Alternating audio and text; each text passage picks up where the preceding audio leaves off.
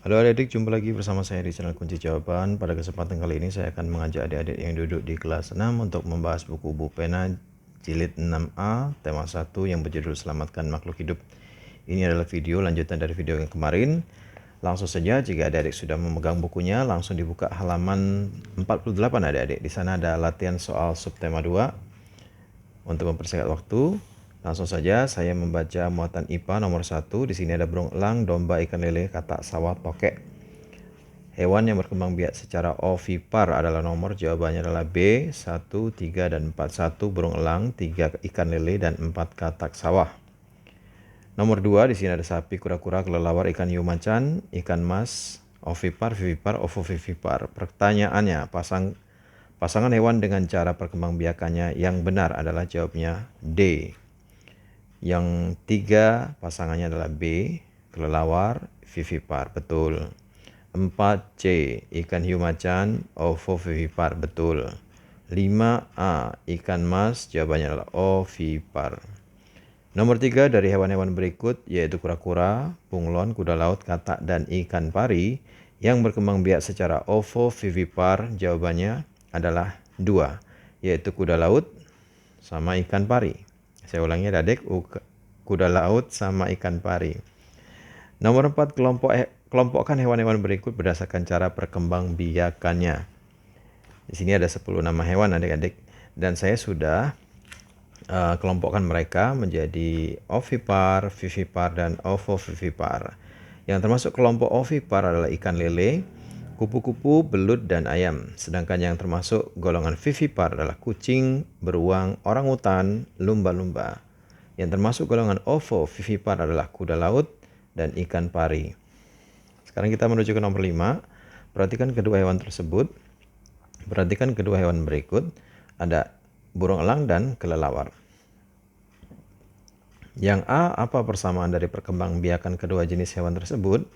Jawabnya adalah sama-sama berkembang biak secara kawin atau generatif.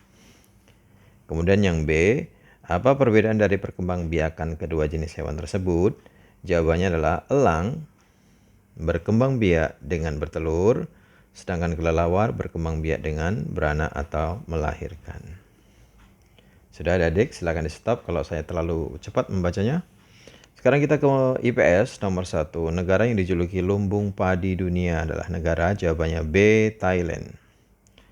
Kemudian nomor 2, berikut yang termasuk potensi perairan Laos adalah jawabannya C, ikan karper dan perch. Saya ulangi, jawabnya C, ikan karper dan perch. Sekarang kita menuju ke nomor 3. Persamaan kondisi geografis negara Indonesia dan negara Filipina adalah jawabannya adalah sama-sama terdapat wilayah pegunungan, dataran tinggi, dan dataran rendah. Kemudian nomor 4, mengapa pertanian menjadi kegiatan ekonomi utama di beberapa negara di Asia Tenggara? Hubungkan jawabanmu dengan kondisi geografis negara tersebut. Ini ada sedikit tambahan di atas-atasnya ya adik-adik, saya bacakan urutannya biar tidak bingung adik-adik. Jawabannya dari ini ada kecil karena sebagian besar wilayah negara di Asia Tenggara dalam kurung contohnya adalah Indonesia, Filipina, Thailand, tutup kurung, merupakan dataran rendah dan dataran tinggi yang sangat cocok untuk dijadikan lahan pertanian. Nomor 5, selain di bidang pertanian, kerjasama apa lagi yang dapat dilakukan oleh negara-negara di Asia Tenggara? Jelaskan pendapatmu.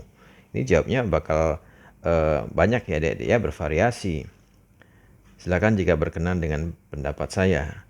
Kerjasama di bidang perdagangan, perindustrian, pariwisata, perikanan, dan lain-lain. Karena potensi alam negara-negara di Asia Tenggara sangat subur dan melimpah, baik SDA dari hutan, laut, maupun keindahan alamnya. Sekarang bahasa Indonesia nomor 1, laporan hasil pengamatan dapat dibuat berdasarkan D, fakta. Nomor 2, simpulan merupakan titik-titik akhir dari uraian panjang suatu bacaan atau teks. Jawabannya adalah C, ikhtisar. Bacalah teks berikut untuk menjawab soal nomor 3 dan 4. Silakan adik-adik baca sendiri ya adik-adik. Saya langsung ke pertanyaannya nomor 3, yaitu pokok pikiran dari teks tersebut adalah jawabannya ayah Dedi memelihara bebek. Nomor 4. Simpulan dari teks laporan tersebut adalah, saya jawab dulu yang itu.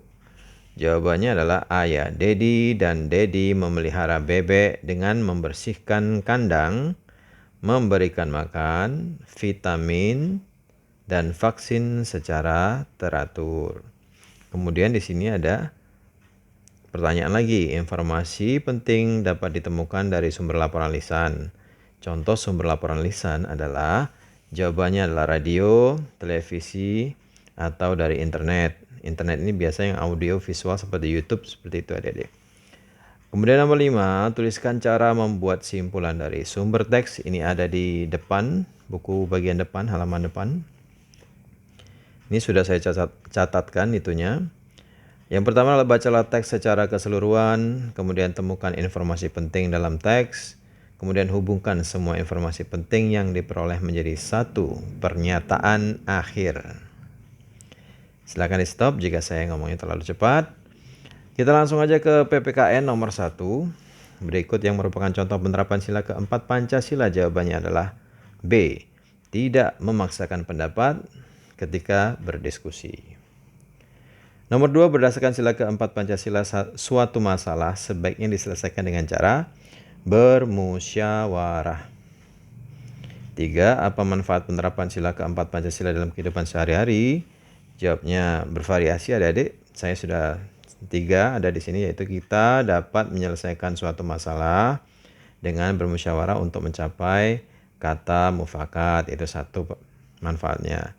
Yang kedua, terhindar dari perselisihan. Kemudian kita bisa mengeluarkan ide dan pendapat kita. Itu yang ketiga. Nomor 4, tuliskan 3 contoh pengamalan sila keempat Pancasila dalam kehidupan sehari-hari. Contohnya banyak, ini ada 3 di sini contohnya itu. Yang pertama, mengikuti pemilihan ketua kelas. Yang kedua, mengemukakan pendapat saat diskusi. Yang ketiga, menghargai pendapat teman. Sekarang nomor 5, tuliskan 3 contoh pengalaman sila kelima dalam Pancasila dalam kehidupan sehari-hari ya. Ada 3, yang pertama adalah menghargai hasil kerja orang lain. Selanjutnya, tidak hidup boros. Yang C, menjaga keseimbangan antara hak dan kewajiban. Kita lanjutkan ke halaman 50 adik-adik. Di sini ada muatan SBDP. Nomor 1, amatilah gambar berikut. Alat bantu yang digunakan dalam teknik pembuatan patung seperti pada gambar adalah, jawabannya B, pisau sudip. Kemudian nomor 2, setelah membuat gambar sketsa, tahap selanjutnya dalam pembuatan patung adalah A, memilih bahan. Kemudian nomor 3, alat bantu yang digunakan dalam teknik memahat ada 2, yaitu palu dan pahat. Saya ulangi jawabannya dari adik, palu dan pahat. Nomor 4, contoh bahan yang dapat dipahat dalam pembuatan patung adalah, jawabnya ada 2 juga, yaitu batu dan kayu. Nomor 5, apa perbedaan teknik cetak tuang dan cetak tekan dalam pembuatan patung? Jawabannya adalah ini adik-adik. Teknik cetak tuang dilakukan dengan cara menuangkan adonan cetakan ke dalam cetakan. Sedangkan teknik cetak tekan dilakukan dengan cara menekan cetakan ke permukaan bahan lunak seperti tanah liat atau plastisin. Sudah adik-adik ya, kelar ya. Udah sampai di situ aja pelajaran kita pada hari ini adik-adik, semoga bermanfaat. Jangan lupa untuk mengulang-ulang kembali pelajaran yang sudah kita pelajari hari ini. Bagi yang sudah subscribe, terima kasih banyak atas dukungannya. Bagi yang belum, silahkan di subscribe jika sangat bermanfaat buat Anda. Kemudian jangan lupa di like, di komen, di share kepada teman-temannya yang masih mengalami kesulitan untuk membahas atau mengisi buku pena Jilid 6A tema 1, Selamatkan Makhluk Hidup. Terima kasih dan sampai jumpa.